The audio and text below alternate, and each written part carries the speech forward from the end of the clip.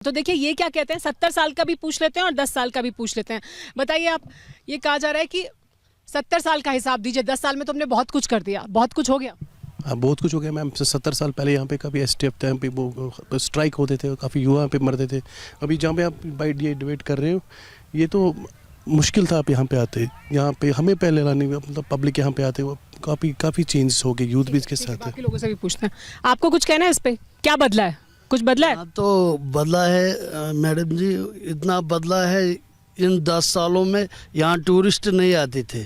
आज देखो होटल वाले खुश है, घोड़े वाले जो गरीब है वो खुश है।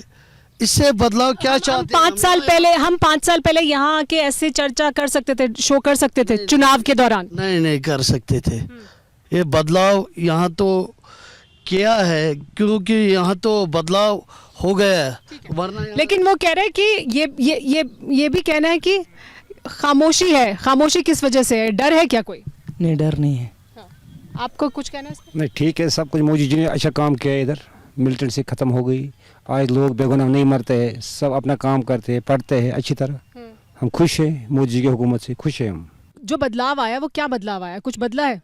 बदलाव आया, आज न पथराव हो रहा है, न कोई बेगुनाह मरता है। आज सब अपनी काम करते, खुशी से करते हैं अपना काम, यही बदलाव है। ये तमाम लोग यहाँ बैठे हुए हैं, ये ऑप्शंस हैं आपके पास? जी है। यही ऑप्शंस हैं। इन ऑप्शन में से आपको क्या लगता है कि कौन सबसे बेहतर है, जो आपकी उम्मीदें उस पर खरा उतरे, जिसको आप चुनेंगे? इस वक्त बेहतर अब्दुल रशीद शेख रशीद इंजीनियर जिसको कहते हैं। और वो क्यों है? हाँ, मैं बताऊं वो क्यों है।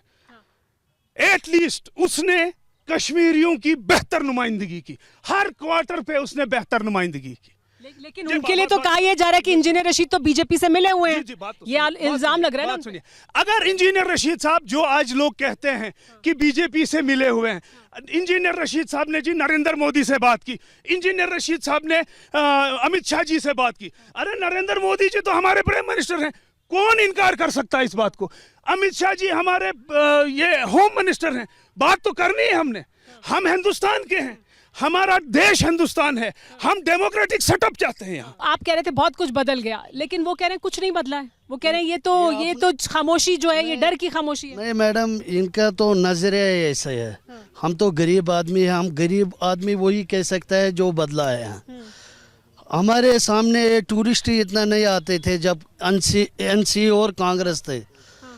यहाँ तो गरीब लोग और रेड़े वाले, इनको तो बेचारे को पता नहीं रेड़े वाले किसको कहते हैं, जो रेड़ा धक्का मारते हैं उसको रेड़े वाले।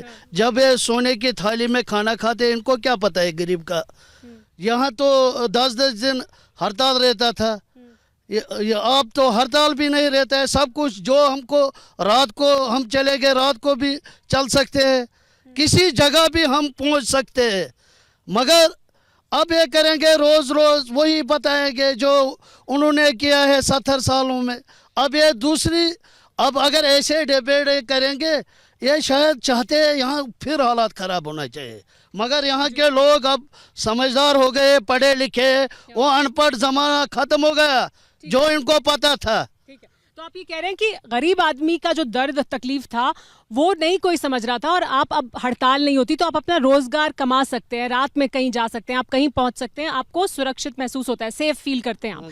ये बताइए कि यहीं से कुछ दूर पे तो वो जगह है, यही वो इलाका है डाउनटाउन का जहां पर पत्थर देखे हैं हमने युवाओं के हाथ में। वो पत्थर लेकर जो युवा खड़े हुए थे उस दिन, उन्हें क्या कहेंगे आप आज? आज तो वो भी है खुश। यहाँ तो जो पिछली सरकार थे, पता नहीं ये वो ड्रग्स कहाँ से लाते थे, उन लोगों को पिलाते थे। जो इन्होंने दुकानदारों पे वो रखे थे मेडिसिन, वो मेडिसिन देते थे उन बच्चों को, 10-20 बच्चों को वही कर रहे हैं। कि वो बच्चे तमाम जिनके हाथ में पत्थर था आज वो खुश हैं, वो बच्चे भी खुश हैं। आज तो खुश है, वो भी है, और उनके माँ बाप भी खुश हैं, वो भी खुश है। मोहम्मद फ़हीम रेशी साहब, आप भी उम्मीदवार हैं, इंडिपेंडेंट कैंडिडेट हैं, यहीं से डाउनटाउन से। यहाँ से 2 आवाज़ें सुनाई देती हैं। एक ये कहती है कि देखिए हड़ताल नहीं अब होती है, पत्थर नहीं है युवाओं के हाथ में। दूसरी आवाज़ ये है कि खामोशी तो है, बदला तो है, लेकिन ये खामोशी बहुत कुछ कहती है। आपको क्या लगता है, क्या है बड़ा मुद्दा आज के दिन जब चुनाव हो रहा है, लोगों के मन में क्या है भावना? देखिए, पहले हम उस ईदगाह में खड़े हैं जहाँ पे कोई खड़ा नहीं हो सकता। हमारे पीछे शहीद मकबर है जिसमें हमारे 22 है वो पुलिस के हो या सिविल हो या और कोई एक्टिविटी के, वो भी हमारे भाई है। कौन देगा उनको जवाब? आज कहते हो आप स्टोन पेल्टर्स के हाथ में स्टोन नहीं है, वो स्टोन देने वाले कौन है वो आपको भी पता है। फिर इसके लिए तो वही जिम्मेदार है ना जिन्होंने ये इस तरह से इस्तेमाल किया युवाओं का। वही जिम्मेवार हैं ना जिन्होंने ये शहीद मकबरा बना अपने घर बनाने के लिए, जिन्होंने यहाँ के खून पे सियासत की, वो हम उन्हीं की बात करते हैं। तब ना यहाँ पे बीजेपी थी ना और कोई पार्टी तो थी। किसको जिम्मेदार मानते हैं आप बताइए ना, कौन सी पार्टी जिम्मेदार है? नाम लीजिए। पॉलिटिकल पार्टी है, नेशनल कॉन्फ्रेंस है, कांग्रेस है, इन्होंने ही 370 पहले खोखला किया ना। 370 अगर 370 होता ना बीजेपी हो के, अगर उस बीजेपी से बड़ी पार्टी भी कोई होती, कोई नहीं टाल सकता था, कोई हटा ही नहीं सकता था। नेशनल कॉन्फ्रेंस और कांग्रेस जिम्मेदार है। हाँ, नेशनल कॉन्फ्रेंस, कांग्रेस और पीडीपी, फिर कुछ कसर बची थी पीडीपी ने भी की, फिर जो कसर बची हटाने की थी वो बीजेपी ने खत्म कर दी। ठीक है।